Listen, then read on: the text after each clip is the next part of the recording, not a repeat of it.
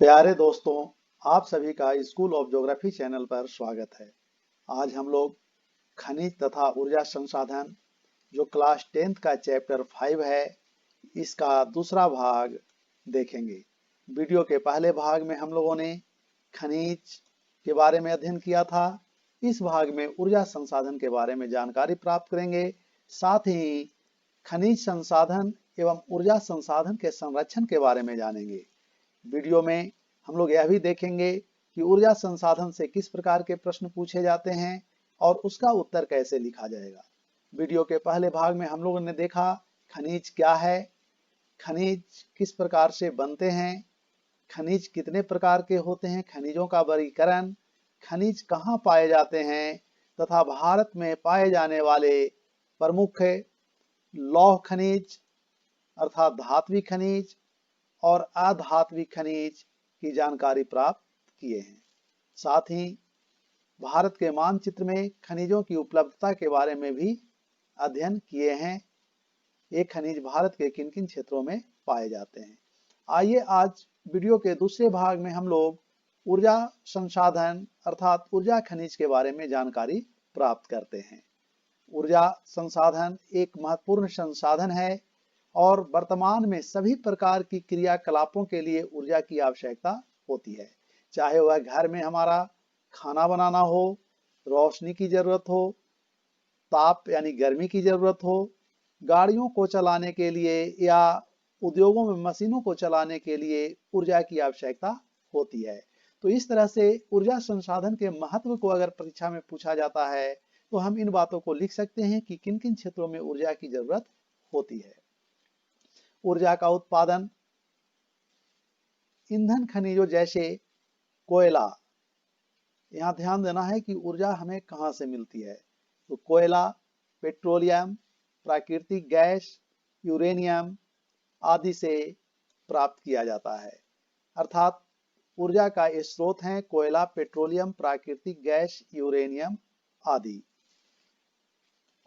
ऊर्जा के स्रोत को अर्थात ऊर्जा संसाधन को सामान्य रूप से दो वर्ग में बांटते हैं। पहला परंपरागत ऊर्जा संसाधन अर्थात कन्वेंशनल सोर्स ऑफ एनर्जी और दूसरा गैर परंपरागत ऊर्जा संसाधन non conventional source of energy. इस तरह से ऊर्जा संसाधन को दो वर्ग में बांटते हैं। अब प्रश्न यह पूछा जाएगा जैसे जैसे हम लोग आगे बढ़ेंगे कि परंपरागत ऊर्जा संसाधन क्या है, गैर परंपरागत ऊर्जा संसाधन क्या है। तो परंपरागत ऊर्जा संसाधन उस संसाधन को कहते हैं जिसका प्रयोग हम पुराने समय से पहले से करते आ रहे हैं, परंपरागत रूप से करते आ रहे हैं। तथा गैर परंपरागत ऊर्जा स्रोत उन स्रोतों को कहते हैं जो परंपरागत स्रोत के विकल्प के रूप में विकसित हो रहा है, नए नए क्षेत्रों का विकास हो रहा है। तो इस तरह से परंपरागत और गैर परंपरागत ऊर्जा स्रोत के बीच अंतर पूछा जाएगा और ये सामान्यतः 2 नंबर का रहता है। इसी तरह से प्रश्न पूछे जाएंगे, स्रोत का नाम रहेगा, सोर्स का नाम रहेगा जैसे कोयला, पेट्रोलियम, और पूछा जाएगा कि यह परंपरागत ऊर्जा स्रोत है या गैर परंपरागत ऊर्जा स्रोत है। तो आइए इसको एक एक कर देखते हैं। परंपरागत साधन या ऊर्जा स्रोत में लकड़ी, उपले, कोयला, पेट्रोलियम, प्राकृतिक गैस और विद्युत, चाहे वह विद्युत जल विद्युत के रूप में प्राप्त होता हो या ताप विद्युत के रूप में, ये सभी परंपरागत ऊर्जा के स्रोत हैं, साधन हैं, कन्वेंशनल सोर्स ऑफ एनर्जी है। तो ये परंपरागत स्रोत के उदाहरण के रूप में ये पूछा जाएगा। इस तरह से गैर परंपरागत स्रोत को अगर देखें तो जैसा कि पहले देखे, गैर परंपरागत स्रोत उस स्रोत को कहते हैं जो परंपरागत स्रोत के समाप्त होने की स्थिति में क्या किया जाएगा, अर्थात उसके विकल्प के रूप में जो विकसित किया जा रहा है, जैसे सौर पवन, ज्वारीय, भूतापीय, बायोगैस तथा परमाणु ऊर्जा इसके उदाहरण हैं। तो इस तरह से गैर परंपरागत ऊर्जा स्रोत के उदाहरण को भी पूछा जाएगा कि यह परंपरागत स्रोत है या गैर परंपरागत स्रोत है। ग्रामीण भारत में लकड़ी एवं उपले का भारी मात्रा में प्रयोग बहुतायत से प्रयोग किया जाता रहा है। एक अनुमान के अनुसार 70% तक ग्रामीण घरों में ऊर्जा की आपूर्ति इन दो स्रोतों लकड़ी एवं उपले से होता आया है, लेकिन वर्तमान समय में इसका उपयोग घटता चला जा रहा है, क्योंकि वन क्षेत्र में कमी के कारण लकड़ी की मात्रा में आपूर्ति में कमी हुई है। और दूसरा, उपले का प्रयोग यानी जो कृषि के फसल को निकालने के बाद जो उसका उत्पाद बचता है, जिससे जैसे धान का पुआल, इन चीजों का प्रयोग उर्वरक बनाने के रूप में किया जाने लगा है, जिसका प्रयोग कृषि क्षेत्र में किया जाता है। अर्थात इन लकड़ी और उपले का प्रयोग में कमी आई है। आइए अब भारत में परंपरागत ऊर्जा स्रोत के बारे में एक एक कर देखते हैं। तो भारत में परंपरागत ऊर्जा स्रोत में सबसे महत्वपूर्ण स्रोत कोयला है, कोल है। यह भारत में पर्याप्त मात्रा में पाया जाता है। यह एक जीवाश्म ईंधन है। यह भी प्रश्न आएगा कि कोयला किस प्रकार का ईंधन है, तो यह एक जीवाश्म ईंधन है और भारत में ऊर्जा की आपूर्ति का यह सबसे महत्वपूर्ण स्रोत है।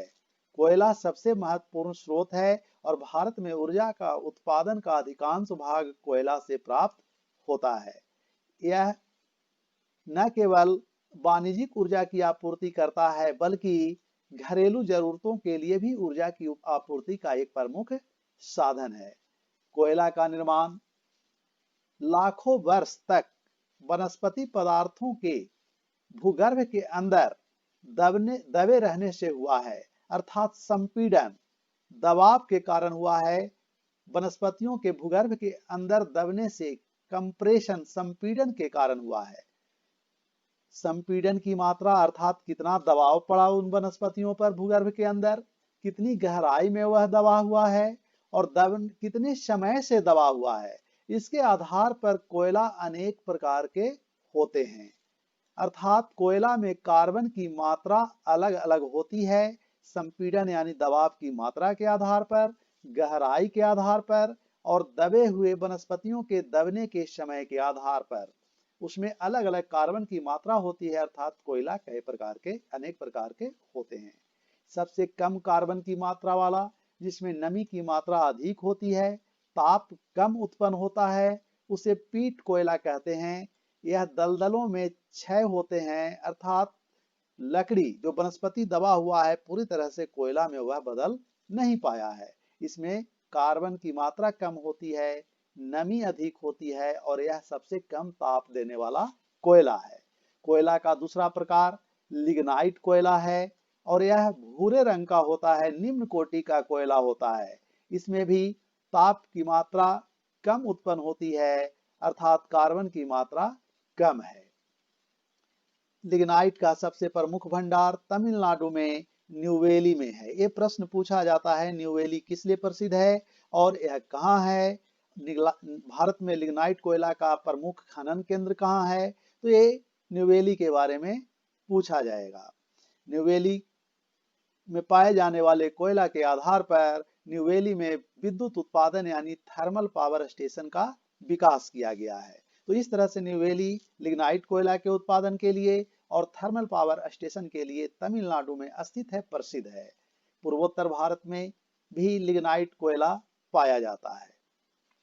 गहराई में दबे तथा अधिक तापमान से प्रभावित होने के कारण वनस्पति उच्च क्वालिटी के कोयला में जब बदलता है तो उसे बिटुमिनस कोयला कहा जाता है। अर्थात पीट कोयला, लिग्नाइट कोयला के बाद बिटुमिनस कोयला का तीसरा प्रकार है। बिटुमिनस सबसे अधिक उपयोग किया जाने वाला कोयला है और इसका सर्वाधिक वाणिज्यिक प्रयोग किया जाता है, इसलिए इसे औद्योगिक कोयला भी कहा जाता है। और यह भी प्रश्न पूछा जाता है कि कोयला के किस प्रकार को औद्योगिक कोयला कहते हैं? इसका सर्वाधिक प्रयोग धातु शोधन जैसे लोहा गलाने में प्रयोग किया जाता है। उच्च श्रेणी के बिटुमिनस कोयले का प्रयोग ही लोहे के प्रगलन के लिए किया जाता है। तो कोयला का चौथा प्रकार एंथ्रासाइट है। इसमें कार्बन की मात्रा सबसे अधिक होती है, यह कठोर होता है और सबसे अधिक ताप उत्पन्न करने वाला कोयला है। अब आइए भारत में कोयला के प्रकार पीट कोयला, लिग्नाइट कोयला, बिटुमिनस कोयला और एंथ्रासाइट कोयला के बाद अब भारत में कोयला कहाँ पाया जाता है इसको देखते हैं। तो भारत में कोयला मुख्यतः दो प्रकार की चट्टानों में पाया जाता है, दो प्रकार के भूगर्भिक शैल में पाया जाता है। पहला गोंडवाना शैल में, जिसे गोंडवाना कोयला भी कहते हैं, जिसकी आयु यानी लगभग 200 लाख वर्ष पूर्व पहले वनस्पतियों के दबने से इसका निर्माण हुआ है। और भारत के संपूर्ण कोयला का लगभग 98% भाग गोंडवाना क्रम का कोयला है। और यह कोयला बिटुमिनस किस्म का कोयला है, जिसका उपयोग उद्योगों में किया जाता है। और मात्र 2% कोयला का जो दूसरा प्रकार है वो टर्शियरी कोयला है, जिसका निर्माण लगभग 55 लाख वर्ष पूर्व हुआ है। यह बात का बना हुआ कोयला है, निम्न क्वालिटी का कोयला है और मात्र 2% इसका उत्पादन भारत में कुल कोयला का होता है। और जैसा कि पहले देखे, न्यू वैली में इस प्रकार के कोयला पाया जाता है। गोंडवाना कोयला जो मुख्य रूप से उद्योगों में प्रयोग किया जाता है, इसके प्रमुख क्षेत्र भारत में दामोदर नदी घाटी है, जो दामोदर सीरीज के नाम से भी जाना जाता है। दामोदर नदी घाटी का विकास पश्चिम बंगाल एवं झारखंड में हुआ है। इसके प्रमुख केंद्र पश्चिम बंगाल में रानीगंज है, जहां भारत का प्रथम कोयला खनन केंद्र खोदा गया था। झारखंड में झरिया, बोकारो, कर्णपुरा आदि प्रमुख कोयला केंद्र हैं। तो ये भारत में कोयला के प्रमुख केंद्रों के बारे में पूछा जाएगा कि कहां कोयला पाया जाता है। इस दामोदर घाटी के अतिरिक्त गोदावरी, महानदी, सोन, वर्धा आदि नदी घाटियों में कोयला का, गोंडवाना कोयला का निक्षेप हुआ है। यह मुख्य रूप से भ्रंश घाटियों में वनस्पतियों के दबने से बना है। टर्शियरी कोयला जो मात्र 2% क्षेत्र में पाया जाता है, इसका प्रमुख केंद्र एक तमिलनाडु में न्यू वैली है और उत्तरी पूर्वी राज्यों में मेघालय, असम, अरुणाचल प्रदेश और नागालैंड में भी पाया जाता है। कोयला के बाद अब देखते हैं पेट्रोलियम। यह भारत में ऊर्जा का दूसरा प्रमुख स्रोत है। कोयला प्रथम प्रमुख स्रोत है जिससे सबसे अधिक ऊर्जा का उत्पादन किया जाता है, और उसके बाद पेट्रोलियम दूसरा प्रमुख स्रोत है। पेट्रोलियम को खनिज तेल या कच्चा तेल के नाम से भी जाना जाता है। यह ताप उत्पन्न करने के लिए, प्रकाश उत्पन्न करने के लिए तथा मशीनों में संरेखक और विनिर्माण उद्योग में प्रयोग किया जाता है। पेट्रोलियम यानी कच्चे तेल को साफ करने वाले जहां कारखाने स्थापित हैं, तेल शोधक कारखाने स्थापित हैं, उसके आसपास इसके उप उत्पाद पर, बाई प्रोडक्ट्स पर आधारित संश्लेषित वस्त्र यानी वस्त्र निर्माण, उर्वरक कारखाना और कई प्रकार के रसायन उद्योगों का विकास हुआ है। अर्थात इसके उप उत्पाद पर कई प्रकार के उद्योग स्थापित किए जाते हैं। भारत में अधिकांश पेट्रोलियम यानी खनिज तेल टर्शरी युग की चट्टानों में पाया जाता है। यह टर्शरी युग की चट्टान शैल में, परतदार चट्टान में, जैसे विशेषकर चूना पत्थर या बालू पत्थर के चट्टानों में पाया जाता है। यह दो कठोर चट्टानों के बीच स्थित मुलायम परतदार चट्टानों की परत में पाया जाता है। अधिकांश पेट्रोलियम उत्पादन केंद्रों में कच्चा तेल के साथ साथ प्राकृतिक गैस भी स्थित होता है। प्राकृतिक गैस नीचे खनिज तेल और उसके ऊपर प्राकृतिक गैस, नेचुरल गैस पाया जाता है। प्राकृतिक गैस चूंकि वह हल्का होता है, इसलिए खनिज तेल के ऊपर रहता है। भारत में खनिज तेल पेट्रोलियम के उत्पादन का प्रमुख केंद्र महाराष्ट्र में मुंबई हाई, जो अरब सागर में मुंबई से 176 किलोमीटर की दूरी पर स्थित है, प्रमुख केंद्र है। मुंबई हाई समुद्र में उत्पादन करने वाला भारत का सबसे बड़ा पेट्रोलियम केंद्र है, खनिज तेल खनन केंद्र है। इसके अतिरिक्त गुजरात और असम में पेट्रोलियम का उत्पादन किया जाता है। भारत में पेट्रोलियम का सबसे प्रथम उत्पादन असम में डिगबोई में किया गया था। असम में डिगबोई के साथ साथ नहरकटिया, मोरन, हुगरी जन प्रमुख तेल उत्पादक केंद्र है। याद रखना होगा कि डिगबोई में सबसे पहला तेल उत्पादन किया गया था। गुजरात में अंकलेश्वर प्रमुख तेल उत्पादन केंद्र है। तो इस तरह से पेट्रोलियम के प्रमुख उत्पादन केंद्रों के बारे में पूछा जाता है। और प्रश्न इस तरह से भी पूछे जाते हैं कि भारत में कोयला के वितरण या पेट्रोलियम खनिज तेल के वितरण के बारे में लिखें। तो वितरण का अर्थ हुआ कि कहां कहां पाया जाता है। तो जो केंद्र हैं उसके बारे में लिखना होगा। और एक नंबर के यानी मल्टीपल चॉइस में सीधे केंद्र का नाम पूछेगा, जैसे डिगबोई किस पदार्थ के उत्पादन के लिए प्रसिद्ध है, पेट्रोलियम। अंकलेश्वर किसके लिए प्रसिद्ध है, पेट्रोलियम। मुंबई हाई किस खनिज पदार्थ के उत्पादन के लिए प्रसिद्ध है, पेट्रोलियम। या ये किन राज्यों में स्थित है, इसके बारे में पूछा जाएगा। तो कोयला और पेट्रोलियम के बाद प्राकृतिक गैस को देखते हैं। प्राकृतिक गैस भी एक महत्वपूर्ण ऊर्जा संसाधन है और यह इसलिए भी वर्तमान समय में महत्वपूर्ण है क्योंकि यह स्वच्छ ऊर्जा संसाधन है, अर्थात पेट्रोलियम और कोयला की तुलना में इससे प्रदूषण बहुत कम फैलता है, इसलिए इसे स्वच्छ ऊर्जा संसाधन भी कहते हैं। इसे ऊर्जा के एक साधन के रूप में पेट्रो रसायन उद्योग तथा औद्योगिक कच्चे माल के रूप में भी प्रयोग किया जाता है। घरेलू क्षेत्र में ईंधन के रूप में तथा पेट्रो रसायन उद्योग में और अन्य उद्योगों में कच्चे माल के रूप में, रॉ मटेरियल के रूप में इसका प्रयोग किया जाता है। चूंकि इसमें कार्बन डाइऑक्साइड का कम उत्सर्जन होता है, अतः यह पर्यावरण के अनुकूल है, इको फ्रेंडली है, इसलिए इसे वर्तमान शताब्दी का ईंधन के नाम से भी जाना जाता है। भारत में कृष्णा गोदावरी नदी बेसिन में भी प्राकृतिक गैस के विशाल भंडार खोजे गए हैं। इसके साथ पश्चिमी तट पर मुंबई हाई और उसके आसपास के क्षेत्रों में खंभात की खाड़ी क्षेत्र जो गुजरात से सटा हुआ है, वहां इसका उत्पादन किया जाता है। भारत में प्राकृतिक गैस के परिवहन के लिए 1700 किलोमीटर लंबी Hazira Vijaypur Jagdishpur HVJ gas pipeline का विकास किया गया है, अर्थात पाइप द्वारा गैस का परिवहन किया जाता है। और उसे HVJ, H का मतलब हजीरा, V का मतलब विजयपुर और J का मतलब जगदीशपुर, यानी स्थान के नाम पर ये नामकरण किया गया है, HVJ गैस पाइपलाइन।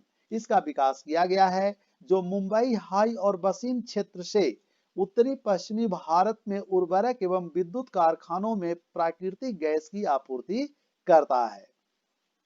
आइए भारत के मानचित्र में ऊर्जा संसाधन की स्थिति को देखते हैं। तो यह भारत का मानचित्र है और इसमें यह जो शेडेड क्षेत्र देख रहे हैं, जिसको पीला किया जा रहा है, येलो किया जा रहा है, ये सभी क्षेत्र कोयला के प्रमुख केंद्र हैं। यहाँ कोयला का भंडार संचित है। यह दामोदर, महानदी, गोदावरी, वर्धा नदी घाटी है, सोन नदी घाटी है जो पीला करके दिखाया जा रहा है। कोयला का प्रमुख भंडार है और पूर्वोत्तर भारत में यह भाग जो दिखाई दे रहा है, यह भी कोयला का क्षेत्र है।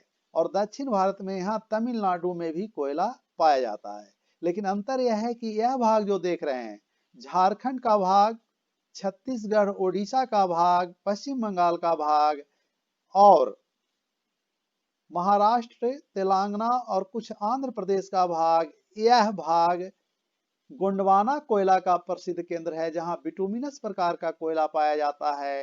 तथा पूर्वोत्तर भारत का यह भाग और तमिलनाडु का ये न्यूवेली का क्षेत्र टर्सीरी कोयला यानी लिग्नाइट कोयला का प्रमुख केंद्र है। और ये जो ट्रायंगल शेप का काला काला देख रहे हैं, जैसे बोकारो, झरिया, रानीगंज, तलचर, कोरबा, सिंगरौली, सिंगरेनी, ये सब प्रमुख कोयला उत्पादन केंद्र हैं। यहाँ ध्यान रखेंगे, एक सिंगरौली जो छत्तीसगढ़ में है और एक सिंगरेनी यह आंध्र प्रदेश में है। ये सब कोयला उत्पादन के प्रमुख केंद्र हैं। इसमें जो लाल रंग से चौकोर चौकोर दिखाया गया है, ये पूर्वोत्तर भारत में डिगबोई, नहरकटिया, नजीरा, जंजी, शिवसागर, मोरन, मेकुम जो सब असम में है। और इधर देख रहे हैं लाल रंग से कलोल, अंकलेश्वर, बड़ोदरा, हजीरा और मुंबई हाई जो समुद्र में है और बसीन, ये लाल वाला सब तेल क्षेत्र यानी पेट्रोलियम उत्पादक भारत के क्षेत्र हैं। काला वाला ट्रायंगल शेप कोयला का क्षेत्र और लाल वाला आयताकार क्षेत्र सभी जो मानचित्र पर हैं ये पेट्रोलियम कच्चे तेल के क्षेत्र हैं। और ये काला लाइन जो देख रहे हैं यह एचवीजे हजीरा, विजयपुर, जगदीशपुर ये एचवीजे गैस परिवहन पाइपलाइन है जो गुजरात से शुरू होकर मध्य प्रदेश होते हुए उत्तर प्रदेश तक जाता है। इसका विस्तार बाद में हरियाणा तक कर दिया गया है। इस मानचित्र में इस तरह से भारत में परंपरागत ऊर्जा स्रोत को प्रदर्शित किया गया है, कहां कहां पाया जाता है। तो इस तरह से इस वीडियो के माध्यम से हम लोगों ने भारत में ऊर्जा के स्रोत यानी परंपरागत ऊर्जा स्रोत कोयला पेट्रोलियम का वितरण को देखे। अगले वीडियो में हम लोग अन्य विद्युत के उत्पादन के स्रोत तथा गैर परंपरागत ऊर्जा के स्रोत को देखेंगे। बहुत बहुत धन्यवाद। Thank you.